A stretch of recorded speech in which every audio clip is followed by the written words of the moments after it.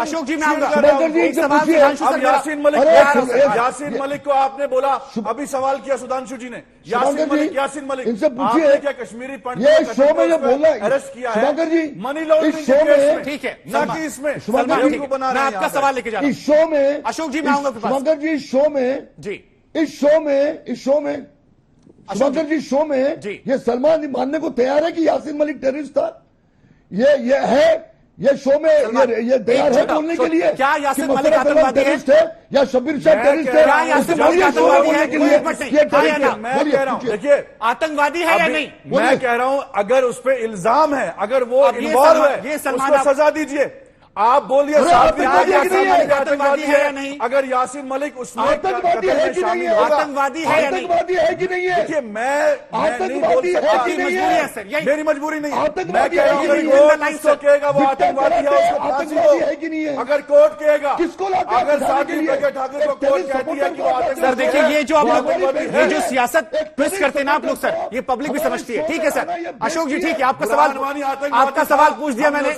अशोक जी ठीक है हो गया सर, ठीक है। सुधांशु जी अब मैं आपके पास आऊंगा। एक सवाल यह है कि जो आपने अरेस्ट किया वो मनी लॉन्ड्रिंग केस में किया है, आपने आतंकवाद केस में नहीं किया। और दूसरा सवाल जो मेरा है, अटल जी की सरकार रही 13 दिन 13 महीने, उसके बाद 5 साल सरकार चलाई, 8 साल से आपकी सरकार है, आप लोगों ने उनके विस्थापन को लेकर क्या किया? एक सवाल यह भी बार बार कांग्रेस पूछ रही है।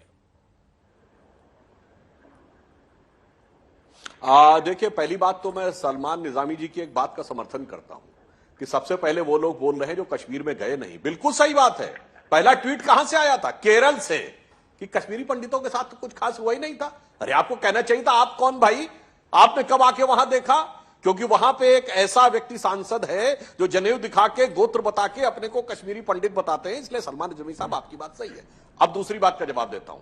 जो ये बात कही गई कि आतंकवाद का मजहब, तो मैं कहना चाहता हूं जब एलानिया जाकिर मूसा कहता है कि कोई कश्मीरियत की लड़ाई नहीं, इस्लामी खलीफत की लड़ाई है, तो उस आतंकवाद का मजहब नहीं होता है। तेरा मेरा रिश्ता क्या, ला इलाहा इल्लल्लाह आतंकवाद का मजहब नहीं होता है। जुमे की नमाज के दिन हुजूम के साथ भीड़ निकलती है और किसी इंस्पेक्टर अयूब पंडित का भी कत्ल कर देती है, आतंकवाद का मजहब नहीं होता है। ISIS Islamic state of Syria and Iraq के झंडे दिखाए जाते हैं, आतंकवाद का मजहब नहीं होता है। मगर एक मूवी में आतंकवादी का मजहब दिखता है। गजब की नजर है साहब आप लोगों की, और गजब का नजरिया है आप लोगों का। इसकी तो दाद से क्या मजहब था? तीसरी बात का जवाब क्या मजहब है जो आपने हमसे पूछा कि हम लोगों ने क्या किया? आप तो गॉड से को पूछने वाले लोग। सलमान मेरा सवाल ठीक है, मेरे पास उनके लिए और काउंटर क्वेश्चन है, वो एंकरिंग करोगे मेरे पे छोड़ दीजिए। ठीक है, था या नहीं था? अब मैं कश्मीरी पंडितों में जवाब दे रहा हूं जी।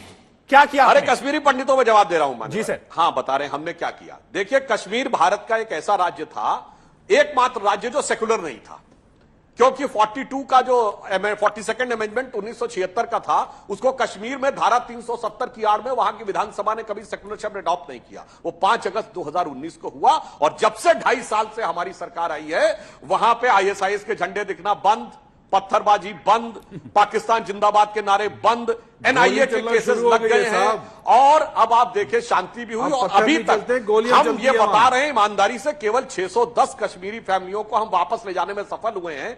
13,000 रुपए महीना हम दे रहे हैं। मगर सलमान निजामी साहब आपकी सरकार 6,000 दे रही थी और कह रहे हैं एहसान कर रहे हैं कश्मीरी पंडितों। अरे मौलवियों को 10,000 देती थी दिल्ली में, शीला दीक्षित की सरकार 18,000 दे रही है, और मस्जिदों में कांग्रेस हेल्पर है उनको 10,000 दे रही है। और कश्मीरी पंडितों के लिए कैसे कह रहे हैं 13,000 दे रहे हैं? अभय जी देना शुरू, मुझे लगता है बेहतर आप बेहतर व्यक्ति होंगे इस बात का जवाब देने के लिए। बात करते हैं अभय जी, सुधांशु जी ने कई बातें गिनाई है कि देखिए हमने कुछ कश्मीरी पंडितों को वापस आया, कुछ पैसे हम दे रहे हैं। सरकार 10,000 रुपया मौलवियों को मुफ्त देती थी हर महीना की नहीं, अभय जी, और कश्मीरी पंडितों को 6,000 देती थी। आपने बताइए ना, वो मोदी जी ने और भारतीय जनता पार्टी की सरकार कहां थी जब कश्मीरी पंडितों का 1990 में नरसंहार हो रहा था?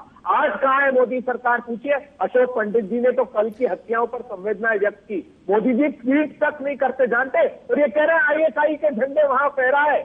तो किसकी सरकार में फहरा है? अयूब पंडित की हत्या किसकी सरकार के समय में हुई? आपकी सरकार के समय में हुई, सुधांशु त्रिवेदी जी। और वही मसर्रत आलम जिसको छोड़ा था, वो पाकिस्तान के झंडा फहराता हुआ आतंक मचा रहा था, जिसे अप्रैल में गिरफ्तार किया। आप अपने तथ्यों को ठीक कीजिएगा। प्रधानमंत्री नरेंद्र मोदी जी पिक्चर बनाने वाला, उस पिक्चर से वोट कमाएगा, आप वोट कमाएंगे, लेकिन पंडितों को क्या मिला, ये देश आज आपसे पूछना चाहता है। पंडितों की पुनर्स्थापना के लिए क्या करेंगे? जम्मू कश्मीर में, कश्मीर घाटी में 1 इंच जमीन का टुकड़ा नहीं खरीदा।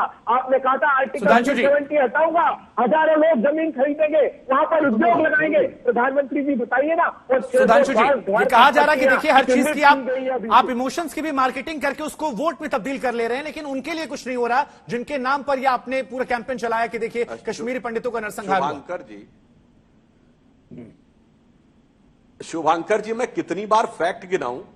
बोलिए, हमारे किस नेता ने कहा अफजल हालात का मारा है? किसने कहा याकूब मेनन की जुडिशियल किलिंग है? किसने कहा कि इसने जहां बेटी है? किसने कहा जाकिर नायक शांति का मसीहा है? किसने कहा हाफिज साहब है? किसने कहा ओसामा जी है? और मैंने केरल का उदाहरण आपको दिया। किसने कहा चाहिए? किसने कहा आर्मी का चीफ सड़क छाप गुंडा है? किसने कहा पाकिस्तान का आर्मी चीफ हमारा अपना है? इसका किसी का जवाब नहीं दिया। अब मैं इसका जवाब देता हूं। सुधांशु जी, देखिए 2 सवाल आए हैं। एक, कितने लोगों ने वहां जमीन खरीदी 370 हटने के बाद, और दूसरा विस्थापन को लेकर कश्मीरी पंडितों को क्या मिला? हाँ, मैंने बताया केवल 610 कश्मीरी परिवार अभी तक वहां अपनी जमीन ले पाए हैं। उसका कारण यह था कि 2019 से पहले वहां की सरकार ये जिद करती थी कि कश्मीरी पंडित अपनी मूल जमीन पे वापस आए।